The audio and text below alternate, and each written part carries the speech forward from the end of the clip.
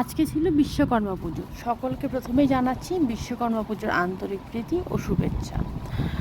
তো পাড়াতে আমাদের এক কাকুর বাড়িতে আজকে বিশ্বকর্মা পূজা, এই বাড়ির পাশে, সেখানে যাব বলেই রেডি হয়েছে আমি আর দিয়ান আর শাশুড়ি মা। শ্বশুরমশাই আগেই চলে গিয়েছে, আর তোমাদের দাদা সব জায়গায় যেতে চায় না। ওকে বললাম, ও বললো যাবে না। অনেকবার বলেছি যাবে না, তো আমাদেরকে যেতেই হবে, বাড়ির পাশে না গেলে তো নয়। আর আমার শরীরটাও বেশি ভালো নয়, না হলে আমি পাড়াতে কোনো পুজো হলে আমি শাড়ি পরেই চেষ্টা করি যাবার সবসময়, কিন্তু যেহেতু শরীরটা খারাপ তার জন্য শাড়ি পরতে পারলাম না, কুর্তি পরে রেডি হয়ে চলে গেলাম। দেখো আমরা সেই পুজো বাড়িতে চলেও এসেছি। প্রথমে একটু ঠাকুরটা দেখিয়ে দিলাম, আর এখানে দেখো কত লোকজন এসেছে, প্রচণ্ড ভিড়। আমাদের যেতে যেতে তাও 9টা বেজে গিয়েছিল। 9টার দিকে গিয়ে দেখি প্রচণ্ড ভিড়। তো গিয়ে অনেকক্ষণ ওয়েট করছিলাম, কারণ খাওয়ার জায়গাটা পুরো ফুল ছিল। আমার আবার বাড়িতে এসে আবার দিয়ানকে খাওয়াতে হবে, কারণ ও তো বাইরে কিছু খায় না, ওর ওই লিকুইড খিচুড়ি খায়। তাই দেখো ঠাকুরটা দেখাচ্ছি তোমাদের, কি সুন্দর হয়েছে ঠাকুরটা, খুবই সুন্দর হয়েছে। এই ঠাকুরটা ওদের বাড়িতে 1 বছর থাকে, আবার 1 বছর পরে বিসর্জন দিয়ে আবার নতুন প্রতিমা আনে, পূজা করে। প্রত্যেক বছরই ওদের বাড়িতে পুজো হয়, আমি যাই। তো একটু তোমাদেরকে ঘুরিয়ে লোকজন দেখিয়ে নিলাম। আর ওদিকে দেখো খাবার জন্য সবাই বসে আছে, ওয়েট করছে।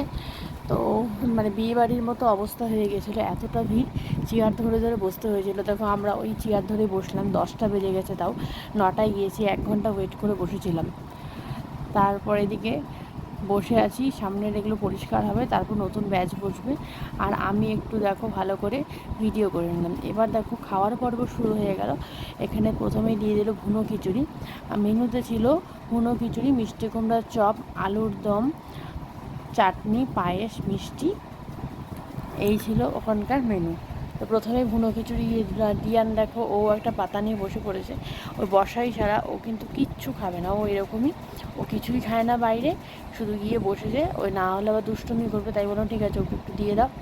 পরে ওটা আমি নিয়ে নিয়েছি, কারণ আমি না খাওয়ার অপচয় করা একদমই পছন্দ করি না। সে বাড়িতে হোক বা কারো বাড়িতে, আমি খাওয়ার নষ্ট করা একদম পছন্দ করি না। তাই আমি যতটুকু পারবো ততটুকুই নিই, আর দিয়ানকে বলি অল্প করে দিতে, ওরটা পরে আমি নিয়ে খেয়ে নিই। এর জন্যই আমি পরিমাণ মতোই নিই। এদিকে দেখো চপ দিয়ে দিয়েছে মিষ্টি কুমড়োর, আর দিয়ান একটু চপটা চাটছে, কিন্তু ওটাও খায়নি, পরে আমাকেই দিয়ে দিয়েছে। তারপর আলুর দমও চলে এলো, এবার আলুর দমও আসবে। আর বাইরে যেহেতু আমি ভিডিও করতে একটু কেমন যেন লাগে এত লোকের মাঝে, তো সেভাবে ভিডিওটা আমি ফুটেজগুলো নিতে পারিনি, যতটুকু পেরেছি তোমাদের সাথে শেয়ার করলাম। আই হোপ তোমাদের আজকের ব্লগটা একটু হলেও ভালো লেগেছে।